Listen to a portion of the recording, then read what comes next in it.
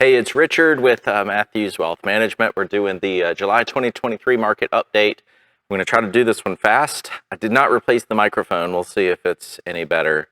Fingers crossed. So jumping right in, we'll try to do a quick one here. NASDAQ's continuing its upward. As you get to July, we're in mid-August. It's the 14th today, and you can see it's kind of coming back to reality here. So August will be different, but July was a continued upward trend. In fact, everything is up except for two asset classes, which is really odd. S&P is up 17%, and that's year to date as of the 14th. Here we are, Dow Jones moderate. So you saw 30%, 17%, 20%, and only 6.72. So hint, hint, what do you think is holding back? That would be bonds. Good job. So yeah, you can see a big sell-off here starting off in August, and pretty boring actually on the overall performance for the year for the moderates. So wow, that's a bunch of green, isn't it? Wow, 35 in NASDAQ, basically 12 and 9. This is actually good correlation, right? Just to kind of illustrate that growth should be doing better than value when we have the economic input indicators that we do, which is, well, I'll ruin it, M2, money supply. So we all know that money just dives into growth, but on the monthly, it's interesting, right? We got a 4, and a 7. So what's up, right? We're killing it on growth side for the year to date, the second number at the bottom, but for the month, looks like value's the winner, and specifically small value. So look at that. You have the high concentration moving to growth, and normally it's the other way around, that you have the high concentration moving to value. But whatever. This is a crazy time, and this is what you get when you mess with all of the way we measure things in a financial system. So international up 3, emerging up 6, so catching back up, which is pretty much what we expect. I think that's good, that's normal. That also has a lot to do with the dollar, which has to do with our next video. Here's one of our loan holdings, long-term bonds.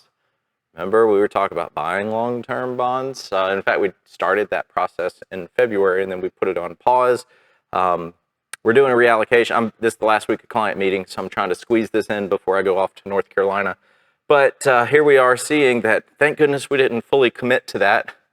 But also, they're at 1% off right now. There's a discount. They're only up 3.2. Looks like high yields were the only ones that have been moving in any reasonable direction. And so when you look at the moderate portfolios at the 1.5 year to date, 1.7 year to date, 3.2, 2, like there's no way to make a profit when it's all going into stocks and nobody's looking at bonds.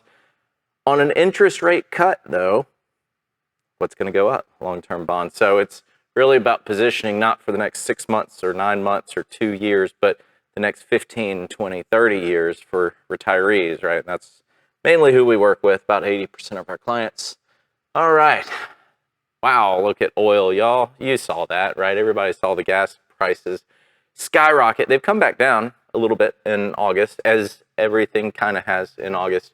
Yeah, so 16.5% reversed the negative on the year. So most of our commodities, we've got a sizable amount of oil and natural gas, and so that's nice. It makes me feel better to see a 4, but versus a negative, but it's certainly not helping. Not as much as gold. Gold went up. It's come back down in August a little bit, but up 8 on the year. Real estate, boring. Wow. So we saw real estate go crazy on the upside when the COVID crunch. I mean, it wasn't the crash of COVID. It tightened, and then it took off with all the stimulus money, all the fake money that got printed.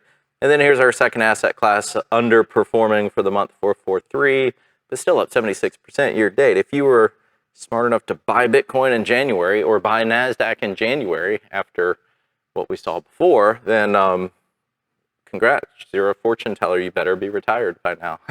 So anyway, this is basically it. We'll do the end of July numbers. NASDAQ up 38 on the year. 20 on S&P, the moderate 6.55. So that shows you how much it slid in the last 2 weeks that we've had it here in August. And 799, after not losing hardly anything last year, being up this year we're happy about, and maybe there's another correction coming. When and why, stay tuned for that, especially on the reallocation video. I'll explain my thoughts. But that's the update. That's kind of where we are through the month of July and a little bit of August, but we'll see you next month.